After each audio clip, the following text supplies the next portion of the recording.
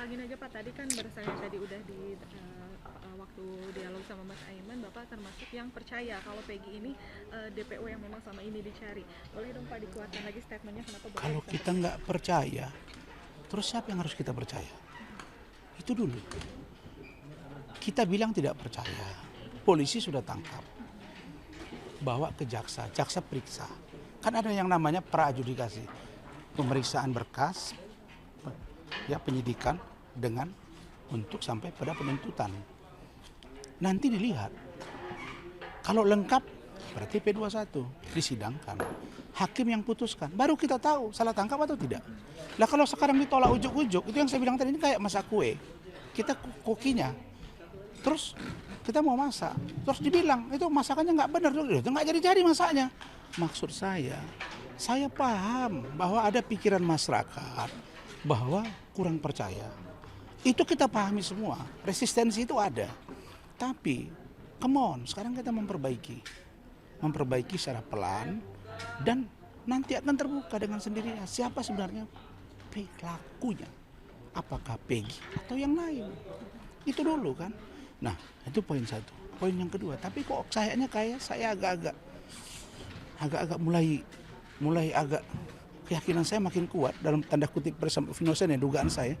Bapaknya pun kayaknya saya kalau orang santai itu bukan saya malah makin kasihan ya dia naik lugu enggak juga. Anda tahu ya. Pembunuh di Medan dulu dukun itu berapa orang habis dia santai banget, lugu banget mukanya. Jadi diam, polos itu nggak jadi indikator. Makanya saya minta buktinya dia melakukan perubahan identitas. Terus kalau kita kawin lagi rubah identitas, mana bisa? Itu jelas pidana loh. Dia pasti akan diperiksa. Yang kedua, dia namanya di Cirebon beda, di Bandung beda, anaknya juga beda. Dia mengatakan tadi Robi itu beda keterangannya dengan Lucy anaknya juga minggu lalu. Yang alasannya karena itu istri muda. Tapi ketika ditanya kemarin, di sini juga di acara interupsi, adiknya lagi tuh. Si Robi itu mengaku bahwa kenapa namanya jadi Robi? Karena katanya sudah kebiasaan dipanggil di situ Robi, bukan dengan Peggy. Tapi kalau dia keluar rumah pakai masker, terus ditambah dengan jaket yang ada tutup kepala atau yang dari kaos apa namanya? Hoodie.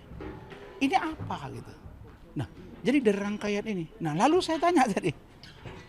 2016 datanya lengkap. Kasbon.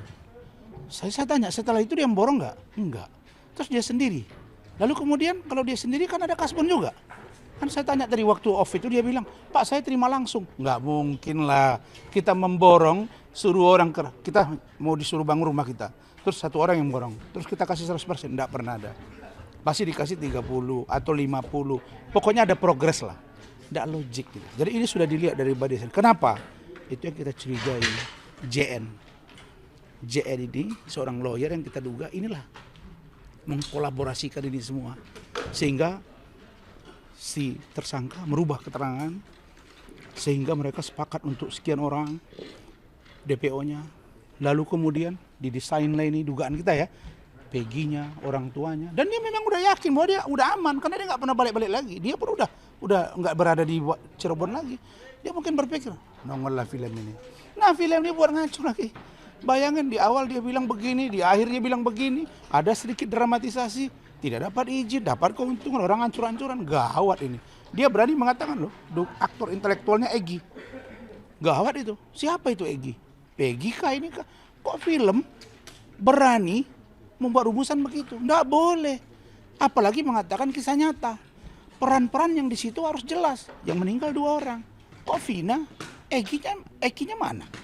Terus Lindanya kenapa nggak dilibatkan? Nggak ada persetujuan orang tuanya kok jadi film? Nggak boleh. Karena itu adalah kisah nyata. Kalau kisah nyata sesuai dengan fakta. Kalau tidak sesuai dengan fakta, berarti dia melanggar. Itu berarti dia membangun narasi untuk menguntungkan dirinya dan merugikan orang lain. Artinya dia tidak sesuai, berarti fiktif. Kalau begitu nggak boleh kisah nyata dong. Berarti itu ilustrasi. Nggak benar. Inilah dia. Karena itu saya minta karena polisi sekarang udah bergerak cepat. Hari ini saya dapat informasi itu saksi dari Peggy diperiksa. Nah, kemudian dalam waktu dekat juga saya dengar akan digunakan alat elektronik yang didatangkan dari luar negeri lah untuk memastikan gitu ya. Nah, lalu kemudian apa yang menarik, keterangan bapaknya tadi, ingat nggak? Di awal tadi dia katakan bahwa anaknya ada yang mendatangi dan tidak tanda tangan. Belakangan di cross check oleh pengacaranya, dia ngomong ditandatangani. Terus pelakunya siapa? Nggak mungkin. Kalau memang itu pun disuruh, pasti terungkap. Pertanyaannya, untuk apa surat itu? Kegunaannya apa? Oh, misalnya, saya benar melakukan. Kan gitu, saya benar melakukannya. Tanda tangan, kalau nggak kami matikan kau di sini. Misal begitu. Pasti dia nggak ngomong sama bapaknya. Pasti dia ketakutan dalam penjara. Loh, kalau ditanya dia aman. Atau dia di situ dia bilang, aku dipukul, aku dianiaya, aku dipaksa. Dia teriak-teriak juga kan heboh kok. Bayangin ya, Komnas HAM sudah turun. LPSK juga sudah diajukan. Nggak mungkin lah. Apalagi malam hari. Nama pengacara. Maka saya bingung nih, 70 orang. Kok sudah hampir 3 minggu nggak perapit-perapit. Saya dengan Rahmat, dengan Bu Ida ini, kita sebentar aja selesai. Seminggu selesai. Seminggu selesai perapit itu ya, Mat ya? Ya. Seminggu sidangnya, seminggu juga buatnya. Selesai. 70 orang. Ini maunya apa? Goreng-goreng gitu. Janganlah, ini bukan dunia entertain.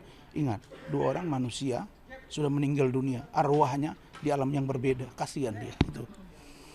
Jadi tapi Pak, kalau misalkan nih ternyata kecurigaan para biasanya netizen nih kan menggorengnya ini luar biasa ya Pak ya. Nah, kan seandainya nih ternyata polisi ini benar adanya salah tangkap, itu yang akan terjadi selanjutnya? Saya kan sudah bilang, kalau polisi salah tangkap, taruhannya jabatan mereka dan mereka diproses.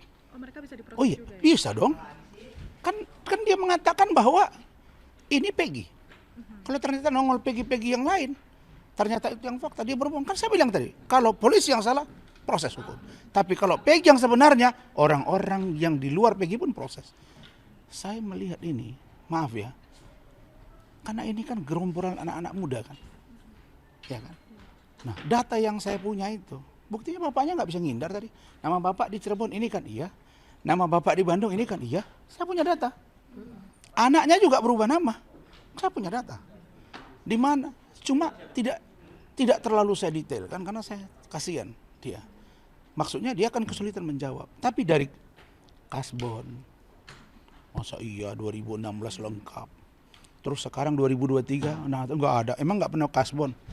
Nggak masuk akal. Jadi makin yakin saya ini adalah orang yang menurut saya didesain sedemikian rupa. Dari mana memulainya? Dari JN. Pengacara JN mulailah ke situ. Apalagi sidang itu tertutup. Apakah dia yang mendesain itu ke hakim? Tunggu. Karena saudara Yosi tadi bilang begitu. Dia tanya kepada majelis, kenapa ini sidang tertutup? Enggak, kita pertimbangannya di sini ada pemerkosaan. Lah, nggak ada dasarnya juga itu dilakukan tertutup. Tapi itu kan kewenangan majelis. Cuma kalau saya mungkin waktu itu pengacaranya, teriak saya. Karena kita perlu tahu. Nah, kemudian Pak Rudiana, nggak ada kaitannya di situ. Pak Rudiana itu memang waktu itu kanit narkoba. Dan setelah anaknya meninggal, tanggal 27 dia buat laporan pukul 22. Hari Sabtu, 27 Agustus tahun 2016, jam 22, jam 10 malam. Di situ semuanya tertulis pelaku dalam lidik. Artinya dia tidak tahu pelakunya, berarti Pak Rudi tidak mendesain ini. Kok Pak Rudi dibilang mendesain sekarang?